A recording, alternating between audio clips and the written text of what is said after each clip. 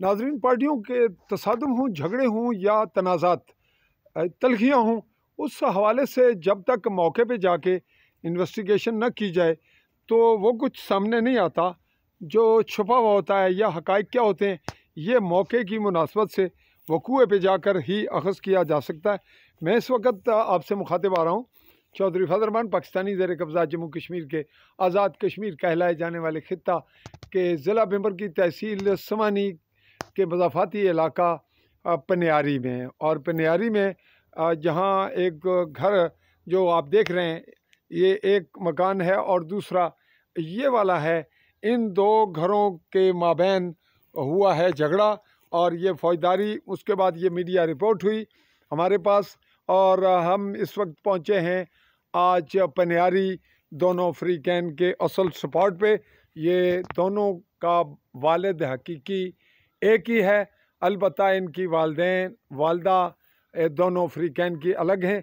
एक जानिब है अरसलान और दूसरी जानिब लड़का बताएंगे ये कि उसका क्या नाम है। मैं अंदर पहुंच रहा हूं और बिल्कुल इनसे थ्रू होते हैं। जी अस्सलाम वालेकुम जी।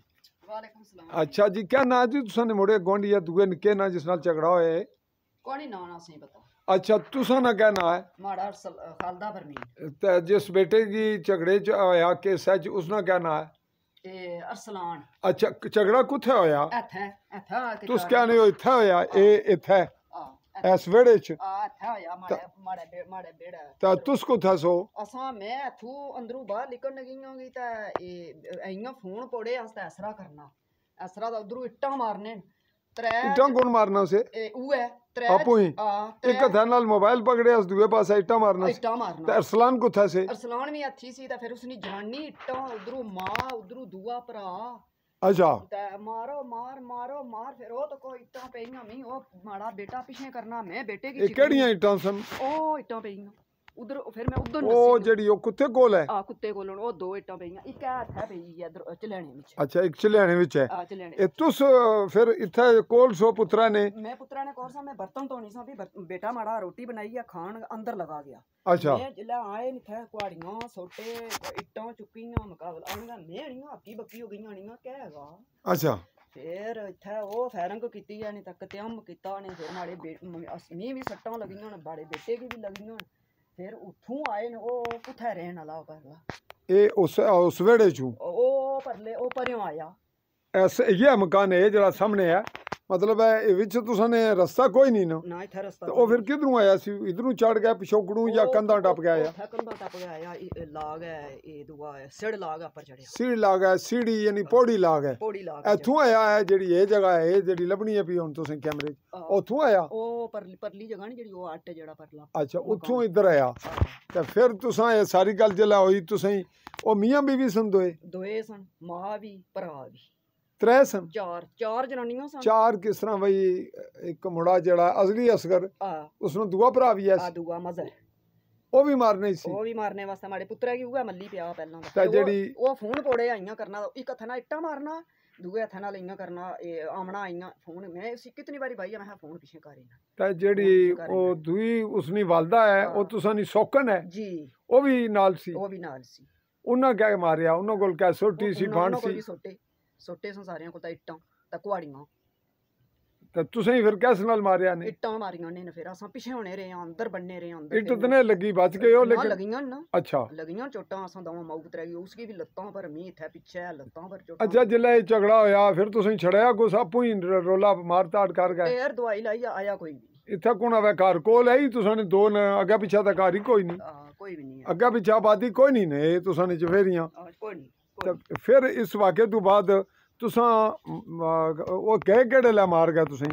सुबह ना टाइम सुबह केड़े लै लड़ाई हुई है? कोई नहीं मी पता 7 ना टाइम सी 8 ना टाइम। अच्छा, है सुबह ही दिहाड़ी सी ते फिर तुसां झगड़ा जिल्लै खत्म होया कितनी देर बाद? वालिद अद्धा एक घंटा रहा ना तो फिर वो चले गए मार गए? फिर तुस कुधर गए हो? असां फिर चले गए उधर थाने गए ते फिर उत्थे जगह दरखास्त दी है मगर ये भी चला गया। अच्छा, मगर चला गया फिर इस जगह दरखास्त दी है दे गया फिर असां भी समानी गए ते फिर उत्थों घर आ गए ये फिर मुड़ गए नी इस गल बनी कितने दिहाड़े फिर परचा कराया अस इसनी तरफों पर्चा हो गया परचा हो तो तुसा नी तरफों हाले तक आया कोई नहीं असां कराया कराया ने आया या होया ही नहीं ना होने नहीं केड़ी गल है हो जाए जेड़े जेड़े घर आनगे हमला किता फिर क्या दरखास्त लिखा दे आए सो दरखास्त देती है उस पर क्या कार्रवाई रुके क्यों है क्यों काम नहीं होना पिया ਹੁਣ ਫਿਰ क्या पता असां गए ही कोना मुड़ गया आया तां ਹੁਣ फिर किता अस परचा लवाए अस दोवां माऊ पुत्रे पर तो सा जमानतां तुसा कराइयां करा छड़ी तुसा भी ते मुड़े भी हां अच्छा अच्छा तो वो असल तनाजे नी वजह कैसी झगड़े नहीं झगड़ा क्या है भाई आने थुली कड़ो खामन दा जेड़ा जिसने घर सा उन्हें 10 साल हो गए फौत होए हैं अच्छा ये मतरे ये पहला रहा उधर लोरैल ते लोरू आया घर ते सिंह मिट्टी चुकी है जगह जड़ियां ने बंड गा वो देगी जगह कितनी है तुसा दवा नहीं कोई पता नहीं जगह हिस्सेदार हो पार भी है ना साढ़े जेड़े देर जेठन तुसा ने